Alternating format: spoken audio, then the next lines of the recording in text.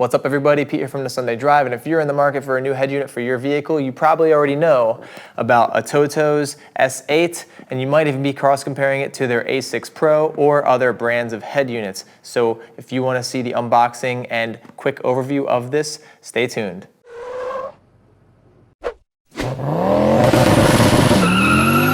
So this is the ATOTO S8 Standard Edition. There is also the Premium, the Pro, and the Ultra. The main thing I'm going to be looking at today is unboxing it, obviously, but also is this a worthy upgrade to the ATOTO A6 Pro that I already have installed in my Silverado, which if you haven't seen our videos already, we have a very in-depth video of installing it.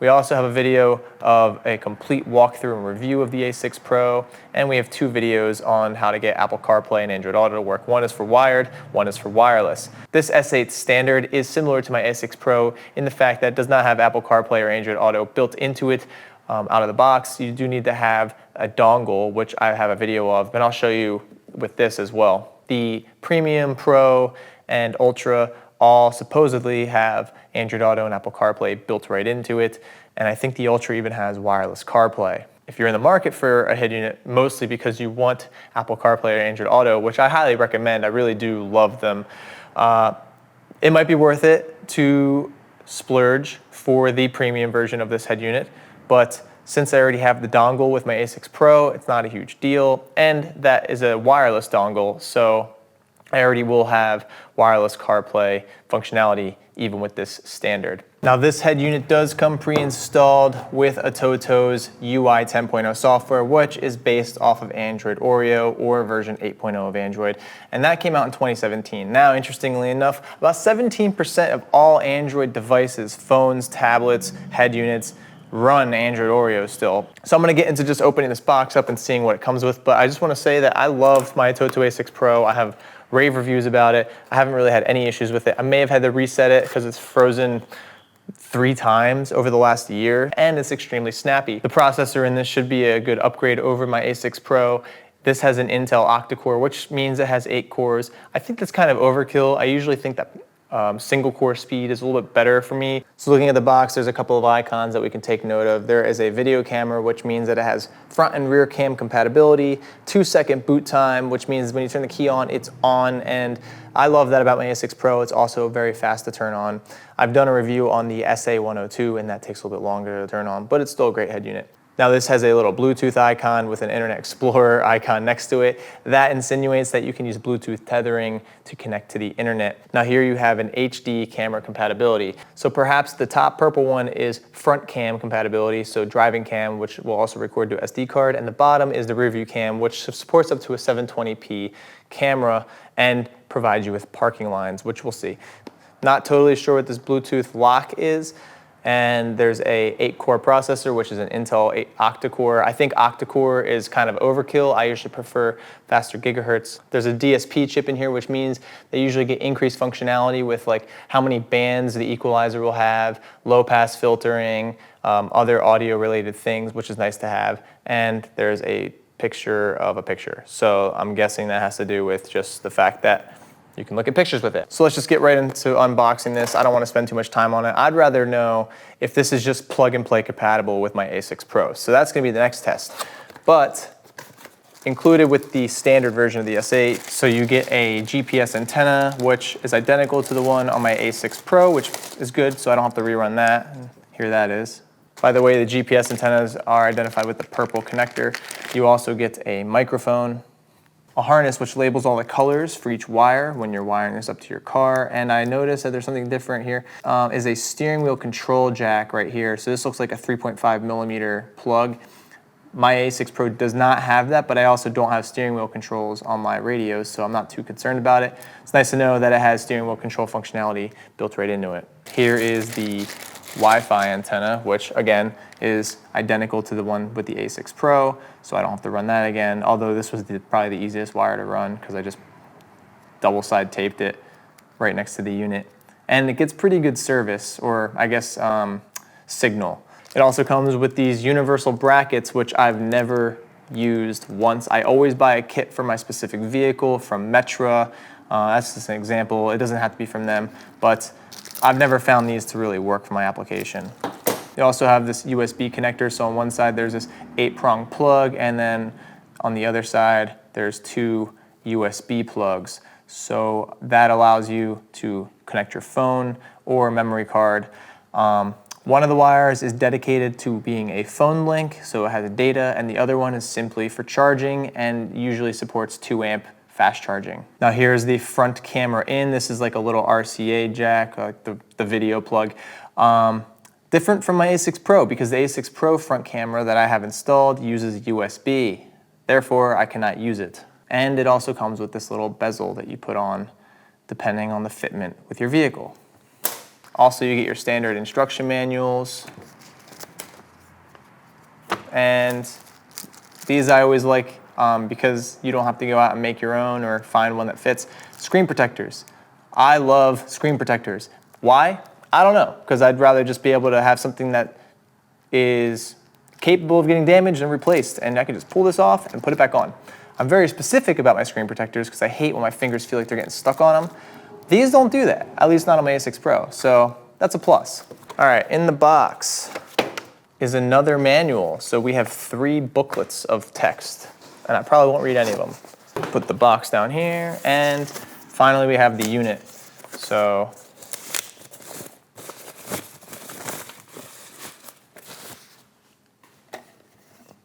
make sure it's right side up. Here's the unit itself. On the front, you can see there's a couple buttons: power, volume down, volume up. This should be a back skip, and this should be forward, and then this should be a home button, if I remember correctly. Nice. So on the side, you have a built-in microphone in case you don't feel like using this microphone, which I do recommend using. You have a micro SD card slot, so if you need something to record to, for instance, your front camera as a driving cam, or your music, you can do that. You can also transfer files if you need to install any APKs. There's also an aux jack, which is pretty nice, and then a USB-A plug on the front.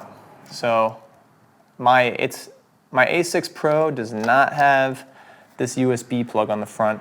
Mine has a gesture control module right there, which this obviously doesn't have. The Premium, Pro, and Ultras have that. I don't use it that much. It is nice to have for like audio, but at the same time, when someone's in your car and you're just doing this at your radio, it's kind of weird. So, and then there's a reset button at the bottom in case it does freeze up, which I very rarely use.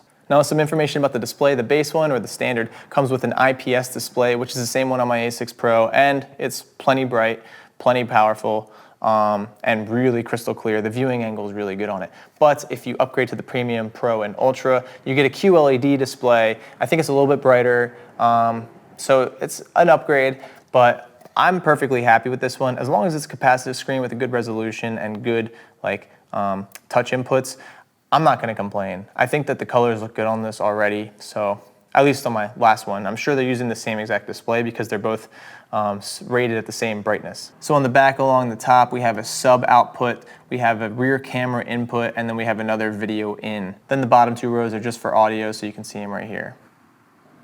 As you can see down by my finger, there's the USB plug. That's where the 2 USB wires get plugged into. And there's also another thing for this front camera in.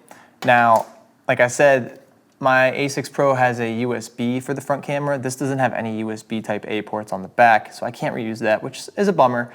But it was kind of giving me problems anyway, so maybe I'll have to figure out something else. Here's a plug for the radio antenna. Here's a plug for the Wi-Fi antenna. Here's a plug for the GPS antenna. And then you have your microphone input down here in the corner and an IR. So I don't know if anything here uses IR. I'm pretty sure it doesn't. Maybe they have a remote option. Now this does have 2 Bluetooth modules similar to the A6. Bluetooth 1 is for streaming music and phone calls. And for that, it's using Bluetooth 5.0, which is a nice upgrade to the Bluetooth 4.1 that I was using on my previous head unit. For Bluetooth 2, that's for tethering and for data transferring. So that's where you would use like the Bluetooth connection to get internet onto here from your phone.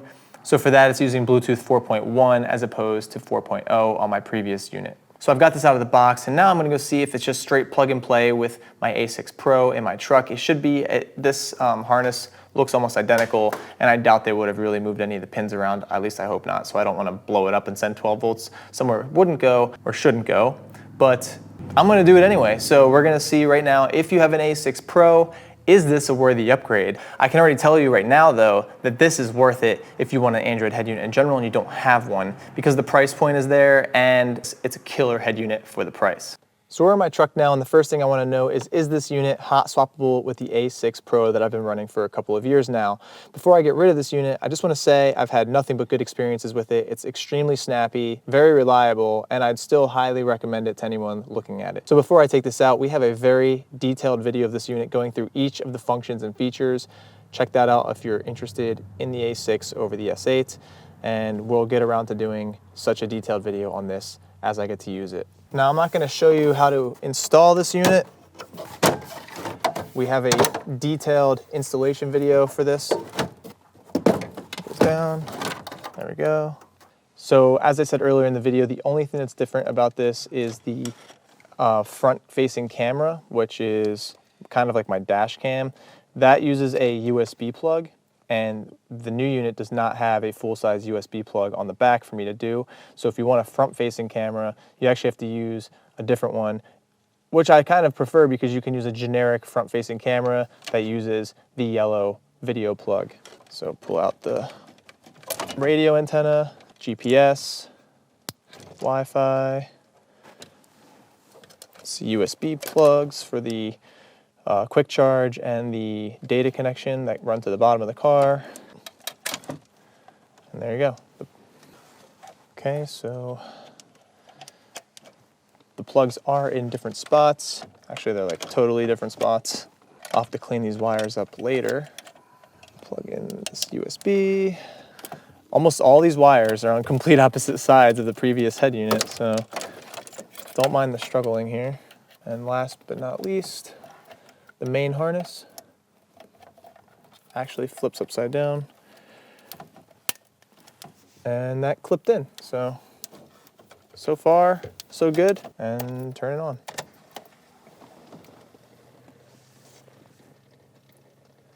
So this hasn't ever been plugged into my truck, by the way, and it just turned on within like 5 seconds.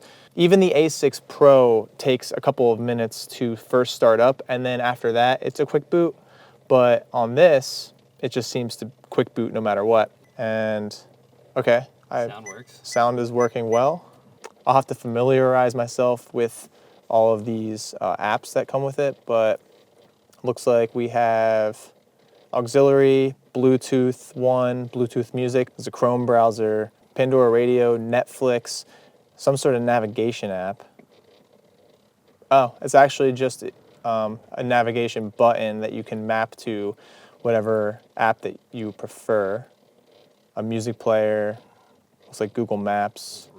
It looks like it already has software for steering wheel control buttons and torque built into it, and tire pressure monitor system app. So you can use it with the ATOTO valve stems. I'm not sure if any brand will work. And there you go. So if you're interested in this unit, we'll be having a very detailed review coming out. I can already tell you that it feels great. It's very snappy, and the screen looks awesome. I can't give you any sort of feedback about the sound right now, but I'm sure it's probably very good because the A6 Pro also had pretty good sound.